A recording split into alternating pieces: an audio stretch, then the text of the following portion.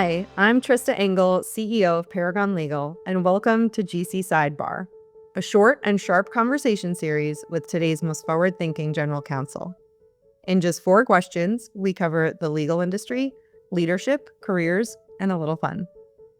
Today, I'm joined by Eunice Buhler, general counsel at G2, the world's largest and most trusted software marketplace. Eunice began her legal career at Kirkland & Ellis before moving in-house at communications platform Intelliquent, playing a strategic role in the company's acquisition. She joined G2 in 2022 as head of legal and was promoted as the company's first ever general counsel in 2023. An entrepreneur at heart, Eunice has launched a kids' newspaper business, founded a global nonprofit, published a book, and is now building a legal function at G2. Eunice, I'm glad to have you here. Thanks so much for joining me. Hi, Trista. Thank you so much for having me. Let's dive in. What's the one biggest change in the last 5 to 10 years that has impacted the legal department the most? So one of the biggest changes in the last 5 to 10 years, of course, is the use of technology in our practice. When I started as a junior associate at Kirkland & Ellis, I spent a lot of my time going through commercial contracts and putting together tables indicating the assignment language across the contracts of the companies that we were diligencing. And now that job can be completely done through AI and other technologies. So it's really critical for lawyers to look at these new tools that have been developed as opportunities for their practice to go further. This is a time where judgment and really digging into our legal intuition is more and more critical than ever, because a lot of the basic tasks of a legal department can and should be completed using technology tools. And now it's our time to shine as lawyers by really applying our judgment and experience to the output of those tools.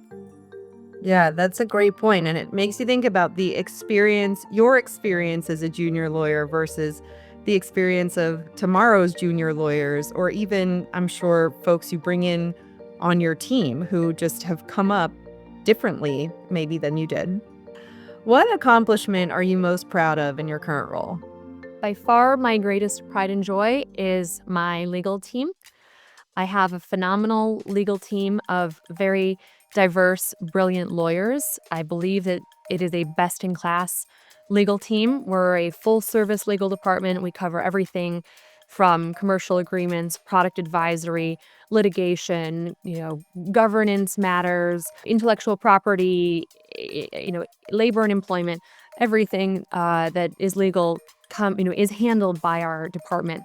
And I'm honored to work with individuals who each bring a really different skill set to the table and really work well together. I built my team when I first got to G2 3.5 years ago, and our team has had no turnover. Our team has been working together the entirety of our time. We've spent hundreds of hours in rooms together, rebuilding our contracts from scratch and, solving the company's problems as they arise. I love our team because, like I said, they all do come from really different backgrounds, and that works really well together. Our team is comprised of a person who was a trial attorney, a person who has extensive in-house experience, a person who actually has large transactions, including a lot of real estate matters. We have a part-time person who's got an international M&A background. And so all of those experiences allow us to honor each other's viewpoints and contribute our own viewpoint to solving problems for our company. That's wonderful. That sounds like something you are clearly very proud of and should be proud of, because hiring and building a team is the hardest and most important job I believe any leader has, and it sounds like you've done a great job. Thank you. I give all the credit to my amazing team. What's one career moment that changed your trajectory? Like many attorneys, I knew I wanted to be a lawyer when I was young. When I was a kid, I thought that lawyers were social problem solvers, and I, liked solving problems between people in school.